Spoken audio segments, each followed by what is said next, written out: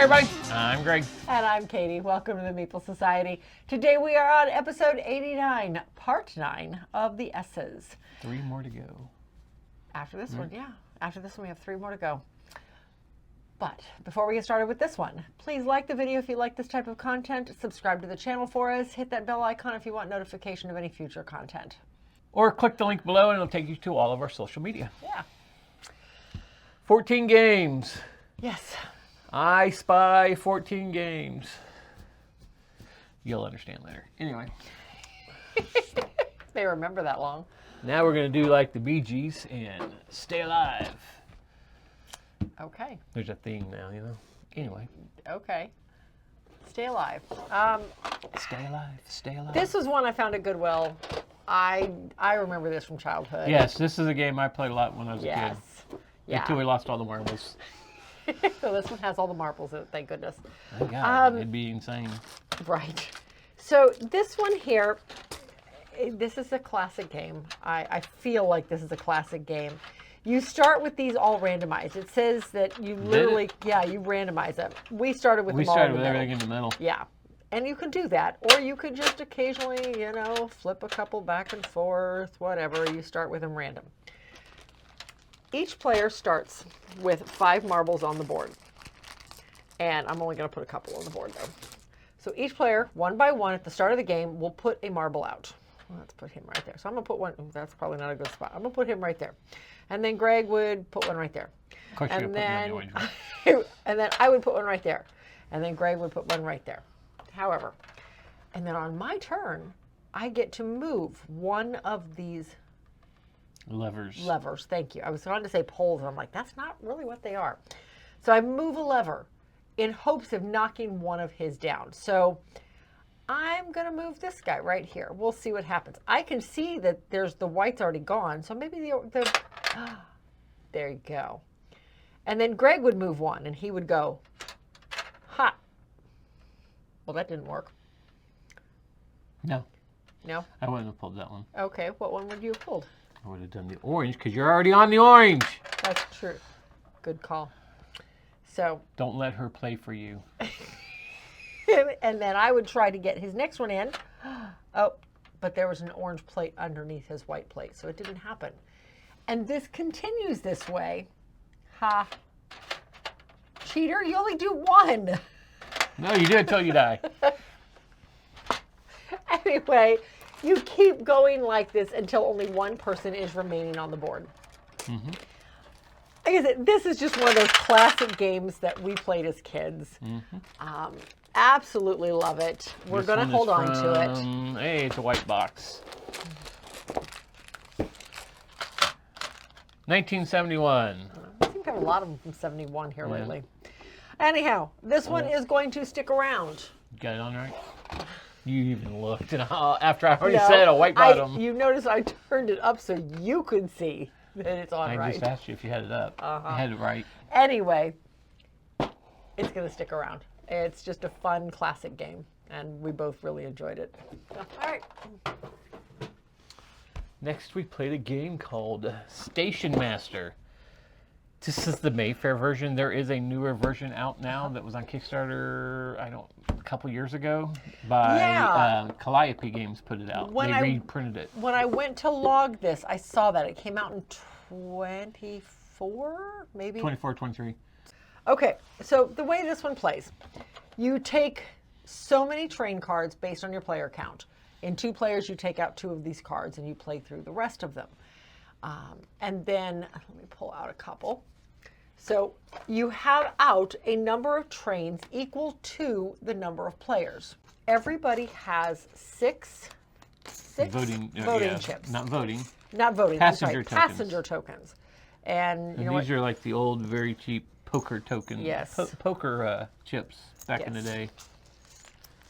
So what would happen? There you go. You got a couple. I got a couple. I got 2 1s and a 2. You got 2 2s and a 3. Gee, who's going to win the most points here? You'll survive. So you start the game with each player having 3 cards.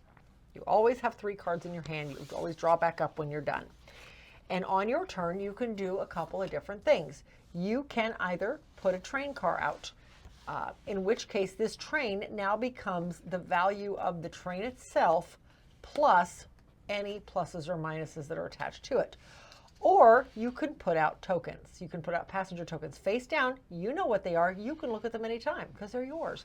But you can put out a token on one of the two trains. So, and then after you've played a card, of course you would. There are multiple different types of cards in the deck. There are plus cards, there are minus cards, and then there are some action cards.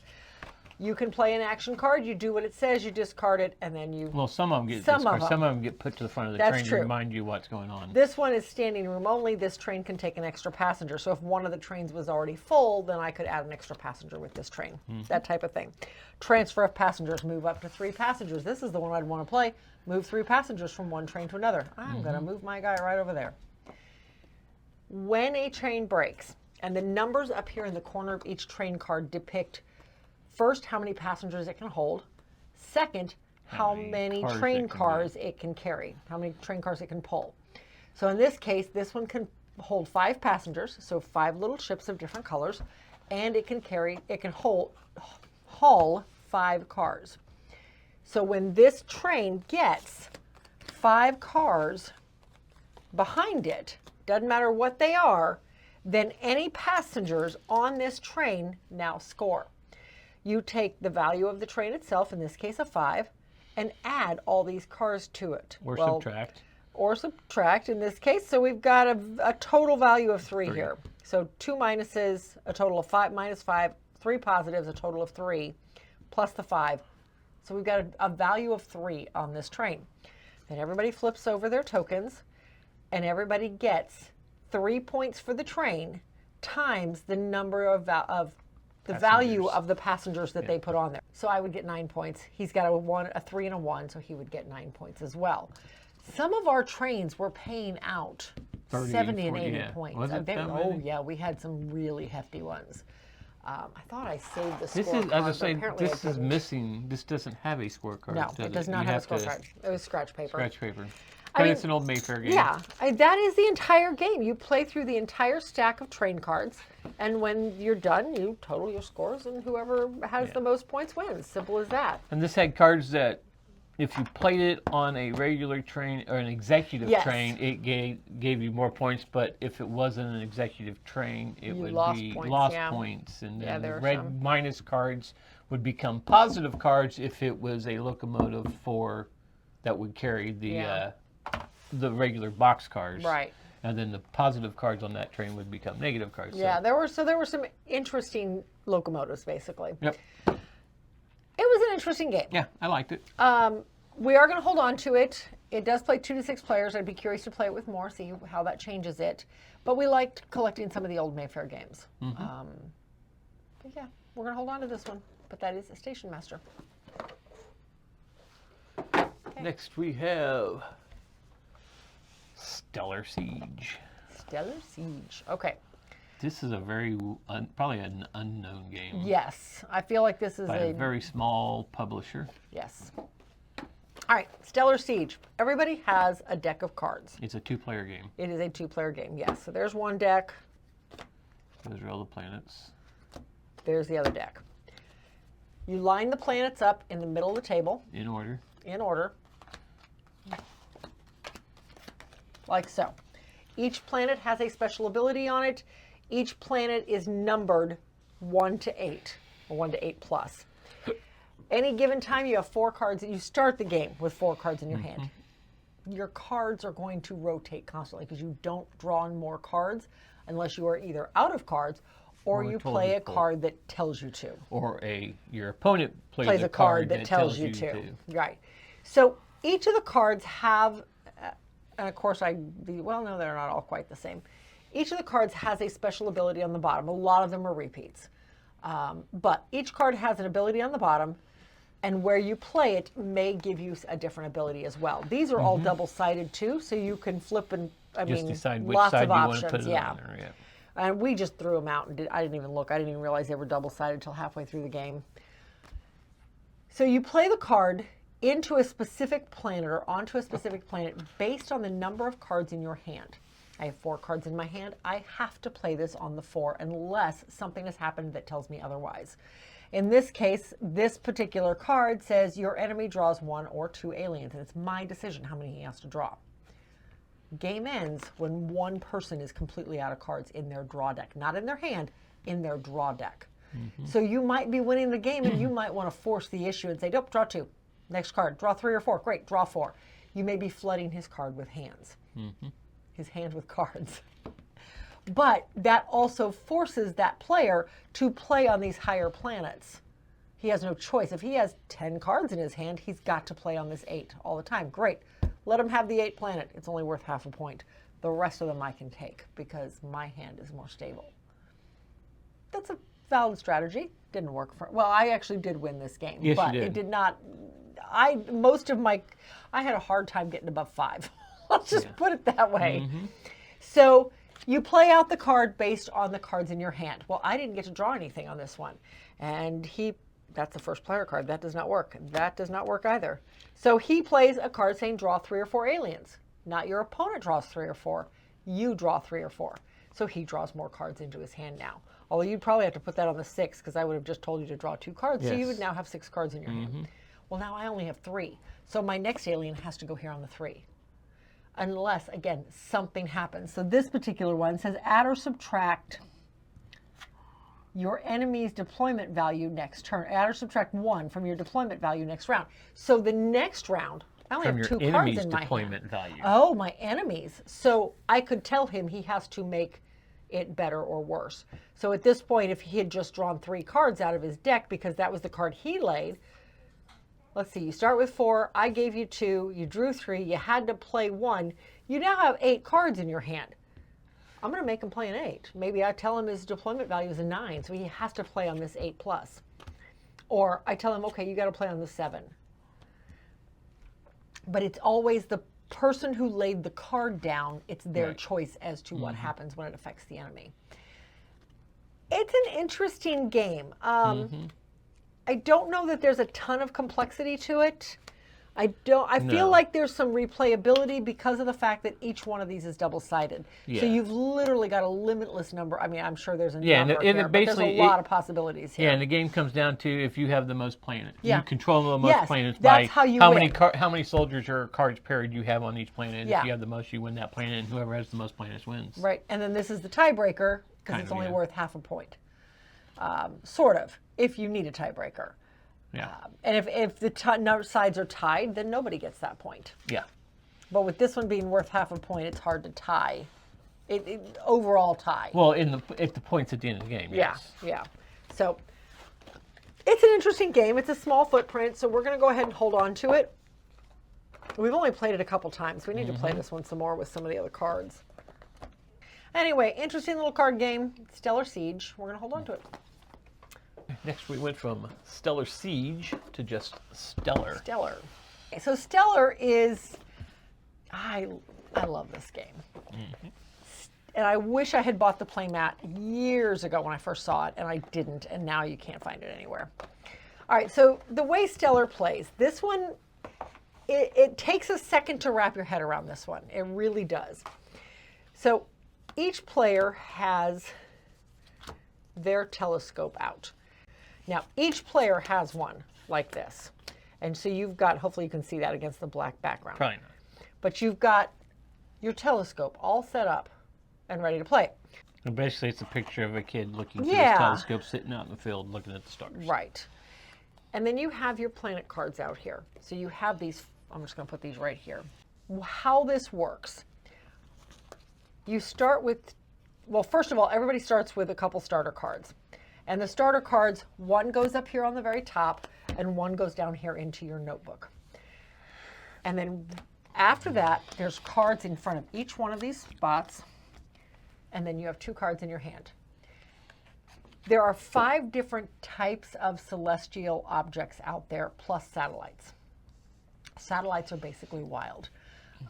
But you want to get at least one of every celestial object into your night sky. But in the process, in order to score those, you have to also have them down here in your notebook. And that's the trick. is to get them in both places. So on your turn, you can play the 2 cards in your hand. Well, one of your 2 cards. One of the 2 cards. You start by taking any card out of this section. So I'd take this card. I can play this one if I choose to, or I can play one of the 2 that are already in my hand. So say I'm going to play this one, and I don't remember. This is an interstellar cloud. I already have a black hole up here. That's what my start card. Now I'm going to play an interstellar cloud. But because I played a 3, this card has a value of 3. Because I played that 3, I have to take this 3.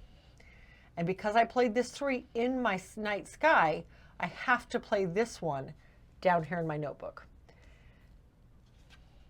Probably not the best example to start with because these guys are wild. I can place it onto any other pile I have or in its own pile. I can move it around as often as I want before the game is over. And it literally just becomes a 1 of anything. So I can make it score for anything. After that, both cards refill. Next player takes his turn and you do it all again. The trick is, no matter what you place down, whether you place your first card, you take a card out of the stack, you place a card down here, no matter what you place down here, the value of that card is the next card you're picking up, and that card has to be played in the opposite location. It gets a little tricky in the fact that you're scoring what's down here in your night sky, you're scoring the stars up here in the corner. Of that type. Of that type. You're also scoring some majority, which is these points up here. You're scoring majority per row or per section of the night sky, the ground, the middle area, and the sky itself. Yeah, the stars are your multipliers. The stars are your multipliers. For your runs. Right. Okay. So say I have, by the time I am done with my planets, I have 5 stars, but I only have 1 card down here, or maybe I have 2 cards, a 2 and a 3. Great. That's a run of 2, so I can score 2 times the 5 stars. I'd get 10 points for my planets. But if I have a 2 and a 5, the trick with your notebook is they have to be consecutive numbers if you want them to count. Yes. You score your longest run per celestial object. And if you don't have any cards of a celestial object, then that whole section of your sky doesn't score at all. Doesn't matter how many stars you have out there. It's really interesting the way it works. It is super thinky. It is definitely one of the more thinky card games I think we own because of that. Well, if I take this card, I can put it in my hand and play it later, but what am I going to play down? Because what of these other cards do I want? Because I have to play it. I have no choice. It has to be played directly from the tableau here, from the table. I love this game. And I forget how good it is until we play it. But yeah, super thinky, really good card game. Takes a little bit of table space. It is not a small footprint, that's for sure, but really good. But yeah, that is Stellar. Gonna stick around. All right. Next we have a game called Stacker Crackers Pure Alphabet Game. This is for ages 4 and up. Yes. Okay, so this one, I don't think you can get much more basic. But I think it teaches for what it is. It does teach. So all the crackers stay in the box, and there are lots of different types of crackers in here. Lots of things. And all the crackers have pictures on the back. The goal of this remember, game, it's for 4 and up. Yeah. Well, hold on. These all have to go back in the box. The goal of this game is that you pull 1 cracker out of the box. Or piece of cheese. Or piece of cheese. Yeah. You look at it, and you have to say what letter this word starts with. Well, this is a pair of mittens, so it begins with an M. If I'm correct, and I am, I put it in my stack. And then Greg would go. It's a robot. Okay. R. An R. There you go. Good job. So then I pull another cracker out. Me smart. And it's an envelope. It's an E. And you keep doing that. There are some in here. What was it? It's like snack attacks or something. Snack attacks. There you go. This goes into a discard pile. Your snack attack goes into a discard pile. All the ones you may have had in your stack at that time go into the discard pile, and you have to start over again. At the end of the game, And there's like 100 and no, there's 100 crackers in here. At the end of the game, whoever has the biggest stack wins the game. Simple as that. You said this one has a home too. This one has a home. Yes. We're not going to hold on to this one. It's a little too basic for what we want for our kids section. I do love where they, thank you. I do love where they put the rules on this. The rules inside, and this threw us for a loop for a minute, were in Spanish. In like 3 different languages. Yes, but here are the English rules. Right here on the contents, which I thought was ingredients. I thought that was clever. Mm-hmm. Yeah, because I was like, how am I going to learn this game if I can't even do it? It's a game for 4. Why can't I learn this game? Because I cannot read the rule book. So, but it's right there. But yeah, no, I have a friend at work whose grandson is 4 years old and he loves playing games and he's just learning how to read. This is perfect. So we are going to rehome this with Chrissy and Liam. Mm-hmm. I think you will love it. But yeah, that is. We're going to stock her game shelf for kids games really quick. We really are, yes. But anyway, that is Stacker Crackers, and it is going to leave the collection. Mm-hmm. All right. Next, we had a game that you had way too much fun with. Oh my gosh, this was so much fun. Yes, you did, because I still say I don't know if that was legal. We went with it, but I don't know if it was legal. By the way, the game's called Squashed. Yes. Yes, it's called Squashed. Okay, you got to dump this one out. You can't even just pull it out of the box. You got to dump it out of the box. Okay. This is the game board. This is the board, yes. This was kind of a sleeper hit. I've been curious about this one since I found it. But I was so happy to get to play it. Does it pull right there? Fingernail right in there, which I don't have any, so. There we go. Okay, it comes with a squash mat in case you're afraid of damaging your table. Yes. And then I'll take the There's a rules out reason of there. for that. Yes, there is. And then you play, depending on who's playing, you put out your player colors. And we decided to play all 4 colors because we wanted to have them on the board. We each had 2 colors. So you put the king up here, and then everybody else goes into their little sides on the board, wherever that may be. And, oh, I didn't grab the dice. The dice is missing out of here, and we didn't realize that we even needed a dice. It's a 3-sided dice. So we're going to pick one up. But I'll just leave those aside. On your turn, you roll the dice, and depending on what the roll is, between 1 and 3. Move between 1 and 3. You move your piece. Say I'm purple. I go 1, 2, 3. Or I might go 1, 2. I might go 1, 2, and look, I can squish right there. She loves that too much. I did. Or you could do like I did, and when you get into the little white box where the king's at, you do this. Oh, pull the purple out. You get into the white king's side, then you can decide what side you want to smash. So she played red and orange, so we just do, squash. And then you just move the king to the top, and there you go. And now this is the new board. And you just keep doing this with the idea being that you want to get up here to the center so that you can... This is a last man standing game. Squash. It's just way too much fun doing that. This is already on our list. So this is, since purple's the last one on there, purple wins. Yay! This was just so much fun. Mm-hmm. It really was. For playing 2-player, though, in 4 colors, we had trouble keeping track of whose turn it was. Yes, but playing 4 players. But 4 players is not going to be an issue with that. And I would love to try this little full 4 players. I think it would be hysterical. Like I said, this is already on our short list for the 24 next year. Well, it's a real short list because it's the only game on it so far. I know. I love it. So that is Squashed. And in case you hadn't figured it out, it's going to stick around. It was way more fun than I thought it would be. But yeah. You can take out your aggressions. Yes. Okay. All right, next. Next we have Stadium Checkers. I swear there was a game that we have. I'm pretty sure. I don't know what that was, though. Although, now thinking about how these are moving and everything, and they're moving to get to other doors, I know what game I'm thinking about. You're thinking of Weirdwood Manor. Weirdwood Manor, yes. Yeah, that's probably it. So the idea with this one is you are trying to get your pieces from your section of the upper stadium seats down to the center. And you have to get them into the right place. Let's set that so they don't automatically roll. Right there. So each player has their checkers set, or their marbles set up between two of the black dots on the edge. And each player takes one hole in the center. So this would be the blue player's goal.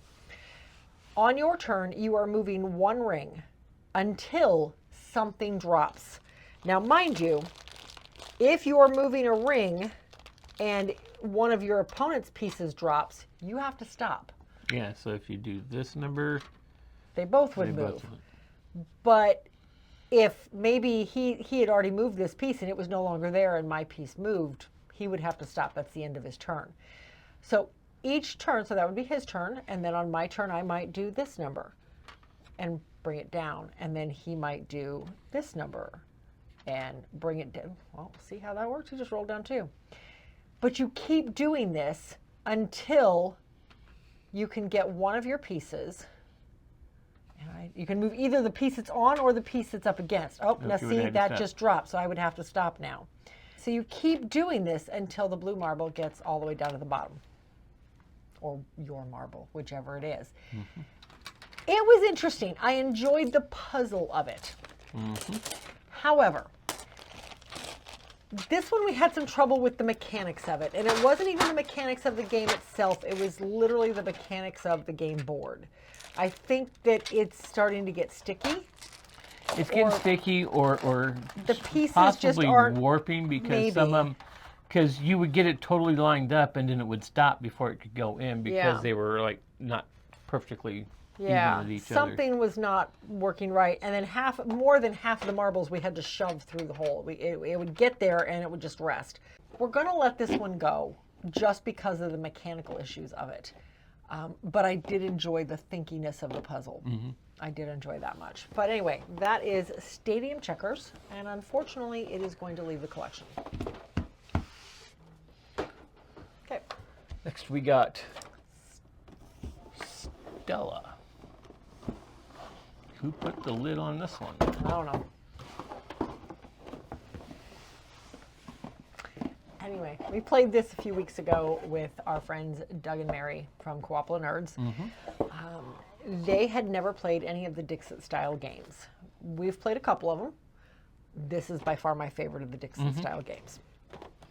All right, so there is this little map, or this board, I should say. This is your moon board, and it sits out in the middle of the table like so. And then there are the round markers, because these basically just tell you what row of cards is going to be refreshed at the end of every turn. That's all it is. Everybody has their player board. And your player boards, are you straightening up my round markers? No, I'm just putting them where they're supposed to go. Okay. That's where they were. No, they were kind of like that. Oh, whatever. Anyway, everybody has their scoreboard and a dry erase marker. So what happens, there are 5 cards laid out, and I'm only going to put 4 here, but there are 5 cards laid out all the way across on each one of these rows. And we're only going to only do it 4. Just keep pushing me back. I'm going to just keep shoving Greg off the board. And then you have 3 of these cards, or 4 of these cards, that you choose. You choose at the beginning of the game. You just draw them randomly, and there is a stack. So lots and lots of replayability here. There's a stack here. You also have everybody's tokens. When you start each round, you flip over the card, and whatever is up on top, you slide it under here on the top, and that is your keyword for this round. So in this case, our keyword is wedding. Okay, should be easy enough. So then everybody takes their boards, and I know we have the totally wrong colors for the tokens I have out, but that's okay. It doesn't matter. So everybody takes their boards, and you line the board up, and I thought this was clever. You line the board up so that it matches this board, the moon board. So if I was sitting over here, my board would be like this. If I was sitting over here, I would still have it like this, but how I'm looking at it has to reference the moon board. Then you're going through and you're looking at all of these pictures out here and trying to decide which one of them, which ones picks of a wedding. them remind you of a wedding. So you would grab your little Oh, we dry got erase our marker. tourist one out that y'all didn't think was a tourist. Oh, the snail. So maybe this card reminds me of a wedding. I would say that reminds me of a Okay, wedding. maybe. So I would mark that on my board. And maybe, nope, that's a classroom full of bugs. No. This one could look like the reception. Yeah, that could remind me of a wedding. So I would mark it off. Maybe this, that's about it out here, isn't it? Mm-hmm. Yeah. Anyway, so you keep going. You mark them all off depending on how many you decide remind you personally of a wedding. And then everybody points out which ones That was they bugging did. you that That you was had the wrong bugging me, color, yes. didn't you? And maybe Greg found 3. Okay, fine. I can't imagine what the other one would be, but maybe you found 3. I don't know. Whoever's in the top is considered to be in the dark, so you flip their token over. All that means is that during scoring, if they fail, and I'll explain what it means to fail or to fall, then they would score 1 less point per connection they made. That's all that means. Mm-hmm.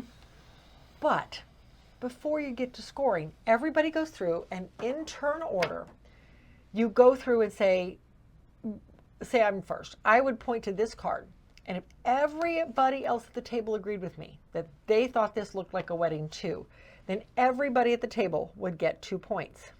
You would fill in the bottom 2 stars on your card. But if only one other person agreed with me, well, now that's a super spark.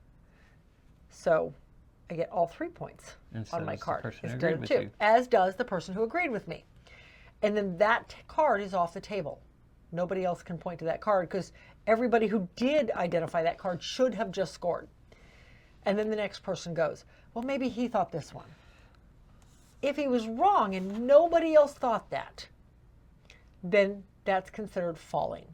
So he has fallen. He cannot score any more points. He still continues to identify the cards that he chose, but he doesn't get to score anything else. Mm-hmm. And you do this until everybody has either fallen or has identified every card that they've marked off. When everybody's done, then you score. You score points equal to the number of stars you've marked off. Mm-hmm. Simple as that.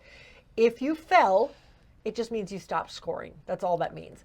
But if you were the person in the dark, well, now you score 1 less point for each connection you made. Even though you would have gotten 3 points here because you failed in some aspect, you only get to score 2 on that card. That's it. It's actually a really enjoyable game. Yep. And then each round, oh yes, tile I'm sorry. flips over and it tells you what row. It's usually the bottom row. One of the rows. Well, this one goes, and then the next round, this one will go, and then the next round, that one. Yeah. So you get a fresh view of the cards, and they're just like Dixit cards. They're even labeled Dixit cards. You can use all the Dixit cards from all the expansions in this game. They're just, I love this game. You could such also a good probably game. almost get away with using the cards from Mysterium as well. Oh yeah, easily. They're a little creepier though. I don't know. Yes. That's when it becomes Stella After Dark, although it's stars out and the moon's out, so it's already after dark. After dark, yep. Late after dark. It can become Stella Haunted. All right. That is Stella, Dixit Universe. A very enjoyable version of Dixit, the Dixit family. We're going to hold on to it. Yep. All right. Next we have Steam Park. We've actually played this twice in the last week. The last couple weeks. We played this with Doug and Mary at 4 players, which was interesting, and we played it by ourselves at 2 players, which again, same thing. I think we might have played an extra round because I think we've had a couple rounds where we forgot to move the round marker, but oh well. All right, so the way this one runs, everybody starts with their amusement park.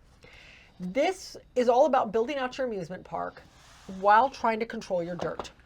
That's the whole basis of the game. You're rolling dice to determine your actions. So each round, well, everybody has 6 dice during the game. And there are a number of different icons on the dice that depict what you can do that round during your turn. You might be able to build a roller coaster. You might be able to build I just had it.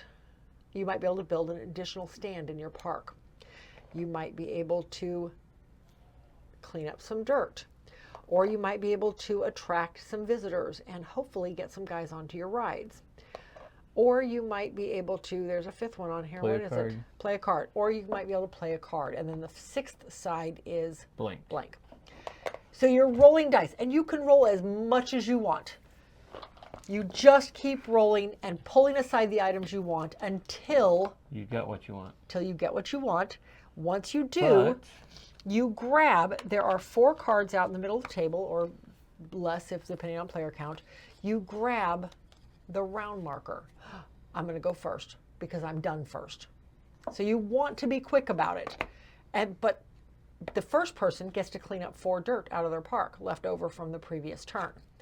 The second player, whoever finishes second, gets to clean up 2 dirt out of their park. Great. Third player, no effect. Fourth player, took so darn long he actually gets 2 dirt. Dirt is bad. Dirt causes you to lose points at the end of the game. If you have any dirt in your park, you lose money, which is points. If you ever get to 30 dirt in your park at any point during the game, you're instantly out of the game. You lose instantly. Your park is closed and condemned. Right. Throughout the game, you are building roller coasters out on your park. You're also building these extra little stands, and there are cards that tell you what each of the stands do. Some of the stands allow you to clean up extra dirt if you have brooms that you use on your dice. Some of the stands allow you to add an extra meeple to the bag and thus draw an extra meeple out of the bag. There's only ever 6 in here at a time until you add them and draw out the same number. Some of them allow you to return one, yes, and try again. Some of them allow you to flip a dice and set it to the value you want to. So there's all sorts of uses of these. Like there's 5 different ones total. So you're collecting these and setting them throughout your park. Here's the tricky part though. Nothing can touch. This is illegal. I cannot put these diagonal to each other. I can't put them next to each other. There always has to be a clear space to walk around every single thing in your park. So you're also spending your dice on getting additions to your park so you can continue building. Yes, the only thing that can go side by side is the right extensions. Yes, the only thing that breaks that rule is the extensions. But I could not place this here because this is already here. I could place it over here or maybe right here. I could do that. But that makes this all one ride now. So if you have one of those cards that says for every full ride, this is 1 ride. This would be 2 rides, although that's an illegal placement. There you go, that's illegal. So you're trying to figure out the best way to put these because this saves space, but now that card isn't going to be worth as much if I get it. This is only a 6-round game. It actually plays pretty quickly. There are cards, well, what we meant by playing cards, you start off the game with 3 of these cards, and these cards basically just reward you in money. The number of brooms that I rolled on this particular round, the number of black visitors or red visitors or green visitors in my park, the number of different types of results on my dice, how many different results did I have, things like that. So you could get extra money by turning those in. And you want to, because money is points. Well, money's money. It's the person who has the most money at the end of the game wins. But throughout the game, like I said, you're trying to pull meeples out of these bags. The big part is these all have to match. So if I throw a couple reds in because I rolled a few of the meeple symbols, and all I have is red roller coasters, I have to actually pull red guys out. Because if I don't pull the red guys out, I have to throw them back. No, they come back out of the bag. There's only ever 6 meeples in the bag at the end of every turn. So I really ended up enjoying this one. I do still enjoy this one a lot. Anyhow, that is Steam Park. Thoroughly enjoyed the last couple plays of this, all 3 plays we've had of this. We're going to hold on to it. It's a good one. I like it. Okay. Now you need to insert the theme song to James Bond. Because we're going to start spying on people. We are. With, starting off with people who don't know how to put box lids on boxes. This is Spyfall. There you go. We played this one with Doug and Mary as well. All right, so this one is kind of a hidden roll, almost hidden roll, but not quite. Yes. Type of game. It comes with lots of potential. Let's put it that way. Yeah, each bag is a different game. Set. Yes, different each set. bag is a different round of the game or a different set of the game. So, how this one works. At the beginning of the game, you choose one bag, or at the beginning of the round, because typically you play more than one round of this. It actually plays pretty quickly. So you choose one bag. Notice I have the spy on the top of every one of these, so you cannot see what the location is on any of them. So you pull out a bag. Nobody knows the location, and nobody should know the location until they get their cards. You pull off the spy card from the bottom, and then the number of cards equal to the number of extra players you have. So if we have 4 players, we're pulling these 4 cards out. The rest of these are going back to the box unseen. And then you shuffle these cards up and you deal them out. So nobody knows who the spy is, and nobody knows what any of these locations are. And I don't even know if I'm showing a location at this point, but nobody knows what the location is. So you deal them out. Great. Everybody looks at their location.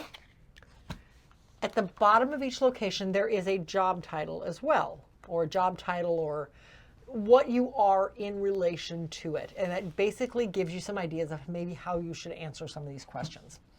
So whoever the spy is, oh, you're the spy. You're not supposed to know. I know.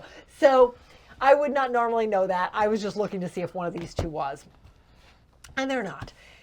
So whoever the first player is would start asking questions.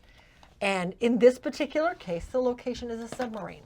But the spy's not going to know that, because all the spy knows is they're the spy. So you start asking questions. We did play a few rounds of this. And I was the first person asked a question, and I was the stinking spy that round.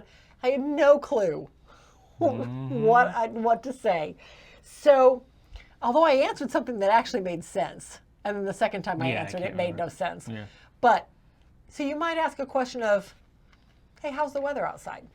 Or what, how are you doing tonight? Or something along those lines. And the spy is going to have to answer based on what little knowledge they've been able to glean from everybody else's answers to questions. It's trickier than it sounds. The spy wins if the spy wins if the wrong person is identified as the spy, or if he can glean enough information to go, I'm the spy, give me the book. Because then he takes the book, opens to the middle, looks at all the locations that are possible, and identifies the location. If he can do that, he wins the game. If he doesn't, then everybody else wins the game. And if somebody else outs the spy, then everybody else wins the game.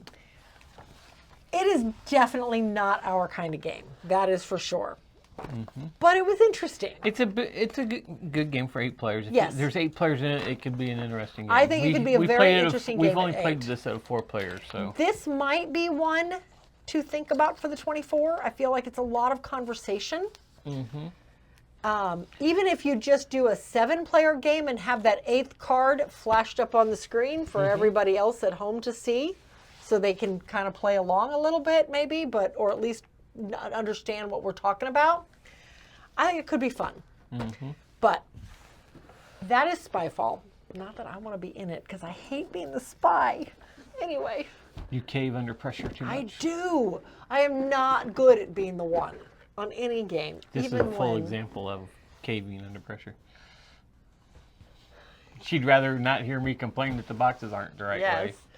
Anyway, that is Spyfall. Definitely not my kind of game. Not our kind of game. But I understand the draw to it, so therefore we're going to hold on to it. There you go. All right, next. Now we have Spy Tag. I figured out what the game is. What's that? It's hot potato. Okay, I can see that with this one. Absolutely. Okay, this is how this one plays. This one had us hopping for a minute. You have all these pieces out in the middle of the board, and there's more. I'm just not going to pull them all out. There are more. All these pieces out in the middle of the table. You have all the files. You've got, this plays up to 4 players. There's 12 files. You divide them evenly based on your player count. So we each had 6. Or are they dossiers? It says agent file on it. They are agent files, yeah. And then you have this stack of briefcases that you shuffle up. There is one, basically you did it card. And then the rest of them are safe. So you shuffle these up and you stick them off to the side. When whoever starts, so see here's all mine. Okay. You start the timer. Once the timer starts, whoever goes first starts looking at cards and throwing them where they go. So like this is the crocodile. So he comes here. So if I'm going first, I'm placing the crocodile. But because it's placed on my side, I have to keep going. Then I get the mouse. The mouse is over here. So I would give it, it's now Greg's turn. But you're doing this to a timer the whole time. Oh, okay. I have, where is she? She's right there. Ha, your turn.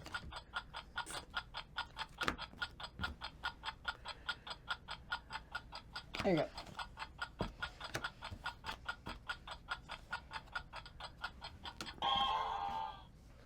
My turn when the timer went off, so I would have to pull the top briefcase. In this case, I'm safe. However, eventually, you would pull this guy, and that means you've been caught, you lose the game. Then everybody else continues playing until one person is left. That's the whole basis to the game. It's basically a very quick matching game because at the end of every round, everybody is trading one of the dossiers, so they're not staying in the same place all the time. You can't just remember where they are. That muscle memory doesn't work. So you're constantly looking for those pieces. It was cute. It was cute. I will give it that. We are going to let it go, though, because of the battery aspect of the timer, but 2, I feel like it's just a little too young. So it was fun.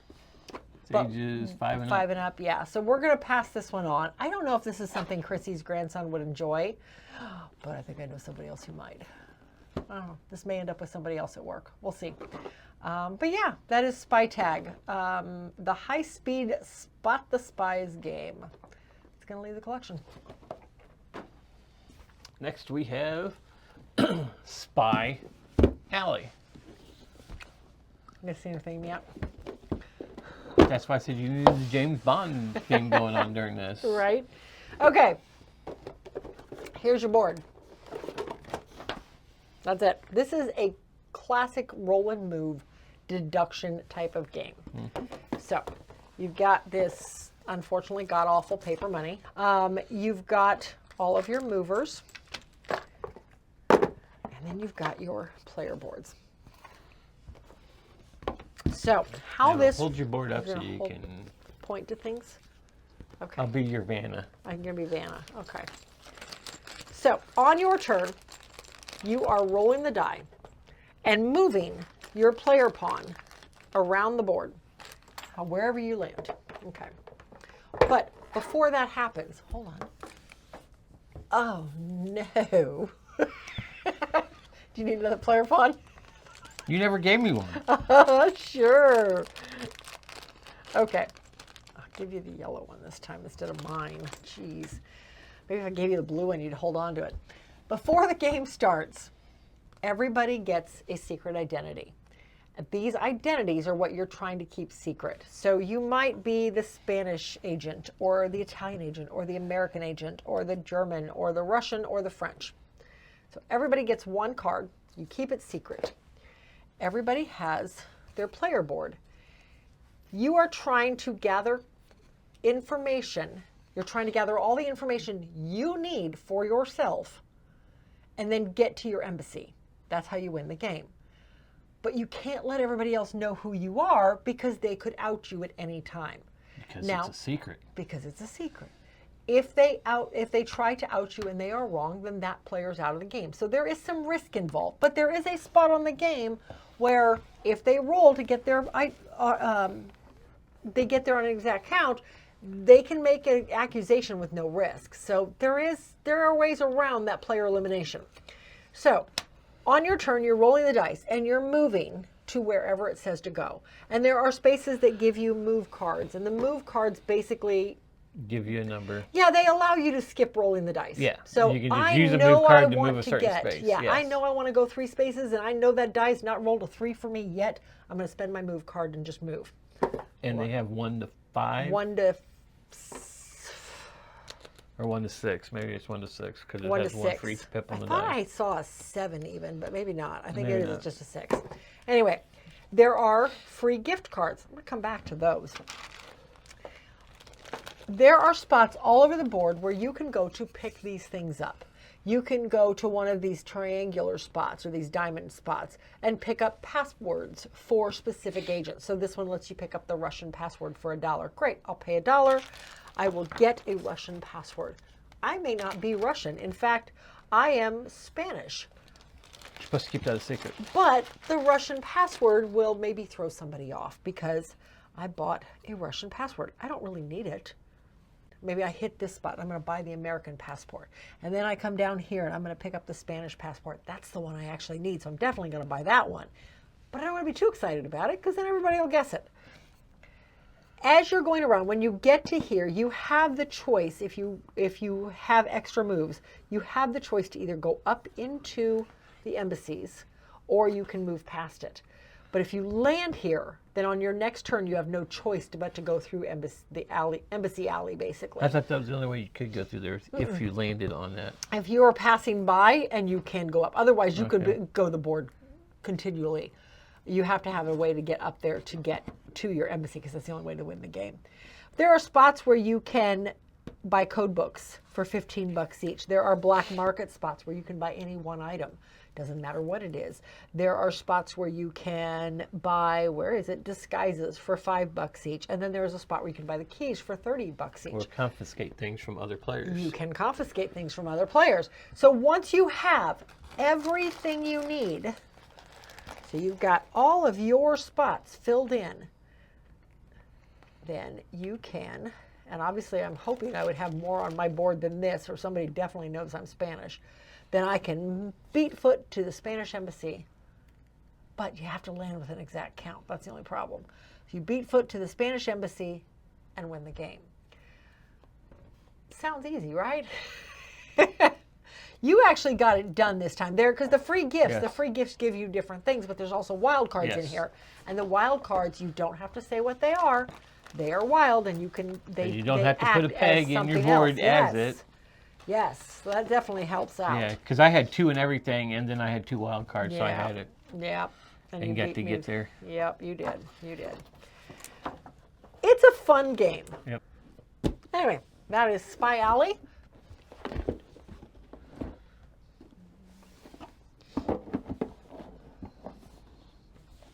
That is Spy Alley, and it is going to stick around. All right. Next we have Spy Trackdown. Find the enemy Strategy game. Find the enemy strategy game. I'm trying to read in your ear. And the box loads upside down. I did not put this away. I did not. You did too. I must have, because... Okay. Here's your board. The board depicts the world when it's upside down. Here's your board. This one came out in the 90s. This is part of that whole spy gear thing that was very popular back then. Yeah. Our boys had them. Yes, they did. And this is, that had to go into that spot. And if I can get the phone out, because this is the whole crust of the game. And then there's 4 player pieces in here. I'm going to leave them alone. This is the crust of the game. And then you have these cards. Now, the whole game operates on codes built of X's and O's. Mm-hmm. This sits in its little holder like so, and you turn it on. Welcome to Spy Trackdown. Press 6 to confirm. Press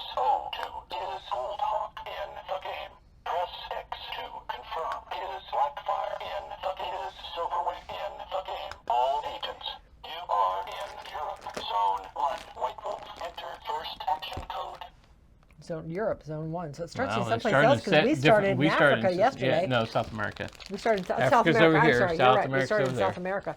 So there are 4 different player pawns, and you tell this one which one it is, and they're pretty obvious: Blackhawk and Goldwing and White. I don't know, whatever. They're very White obvious Wolf. which ones they are. So you are entering codes to tell the computer where you're going. So if we're starting in Zone 1, right here, We're trying to Europe. find the spy there. you're or trying to find the covert agents agent. in each of the 6 continents on the board. So, and as you're moving around looking for these covert agents. So what happens is, okay, I'm in Europe right now. Maybe, and it tells you right here on the board, all these different symbols on, and each of these here match up to the color of the travel lines on the board. So I could take a jet from Zone 1 in Europe over here to Zone 8 in, what is that, Asia. But why would you? Maybe I You want to need to get find the someplace agent. else. Maybe I want to get someplace else. Mm-hmm. Chances are I'm going to probably want to stay in Europe, though, at least for a minute. So maybe I'm going to take a car over to Stockholm. That's a helicopter. That's a helicopter over to Stockholm. So I'm going to punch in X0. Travel by helicopter. Press enter second action code. You get 2 actions every turn. You can, if you think you might be close to where you need to go, you can just skip your action and enter in a bunch of zeros. Action. Press enter to confirm. Agent White Wolf. You are in Europe. Zone 10. White Wolf. For a secret message. Now you pick up the phone and you hit enter. Oh, I've located the code of 8. You should have put that toward your mic so they could hear it. Oh, I should have. Okay. No, wait, hold on. It can repeat it. If you miss the message, you repeat it. Located the covert agent in Europe. You will get 4 covert action cards when you leave Europe. That was very lucky. We never found them on the first shot last No. time. So once you're done, you put it back on its base because there's a button back here on the back that one of the little nodules on here activates. And code. It's not want to sit right. So then the next player would go. So you got to enter your code. I don't know, wherever you want to go. I'll do it where we didn't go anywhere. Right. XO. Travel by sports car. Press enter. Agent Goldhawk. You are in Europe. Zone 3. Goldhawk. Pick up 4. You are 2 zones from the covert agent in Europe. Okay. So it will tell you how far away you are First action code. by the most direct route. Now he's down here in 3. I just found the covert agent in 10. Don't ask me how I did that in one move. I don't know. But I found the covert agent in 10. As soon as I leave Europe, I get to draw 4 of these cards, and these cards are what I have to find the mastermind. Mm-hmm. But there's other things in there. There are ways to block fellow agents. There are ways to jump clear across the world. You jump to the other side of the planet. All sorts of different things in here. If you don't find him, though, it will tell you exactly how far you are away in the most direct route. So he knows he's 2 spaces away. So from here, he could be down here in 5. That's 2 spaces. He could be up here in 10. He could be over here in 8. He could be over here in 7. The most direct route. Mm-hmm. So now he just has to figure out. As soon as I up and leave Europe, he's probably going to get a clue that I found it. Hey, it's in 10. And, 'Cause it's and the I'm only only 2 place you spaces went. away. And Yeah. it's the only place you went. Exactly, because I'm going to want to get out of Europe as quickly as possible and try to find something else. And also, because this board will get knocked around. If you fall off and you're like, where am I supposed to be yes. at? You can hit press both of them down both together. of them.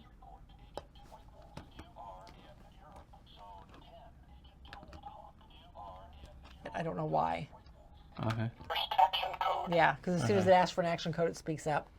So I think this might be starting to break down. Yeah. I don't Anyway, know. it would gets tell you where funky. you were at. Yeah, it tells you exactly where you're at, Where what all the continent, what agents are at. location, which is nice because you do get knocked around occasionally or you forget where you're at.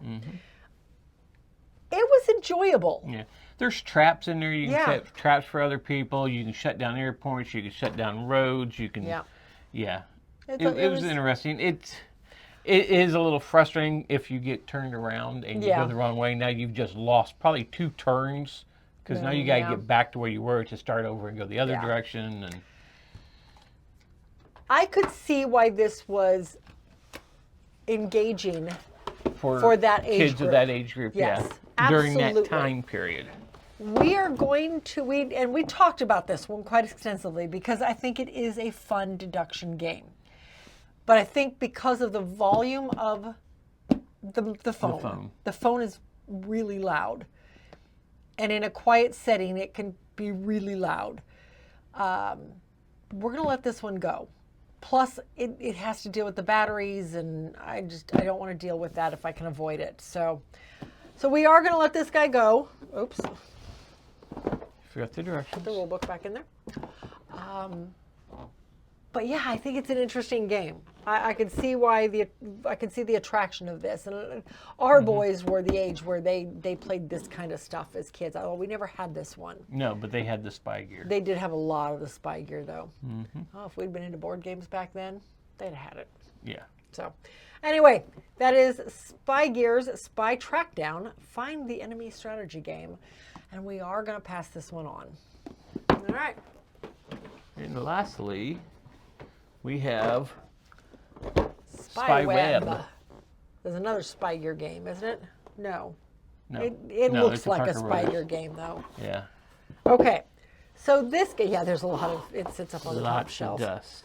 So this one, it took us a minute to figure out, and it literally tells you in the rule book, look at the picture on the back of the box, to figure out that these clip together.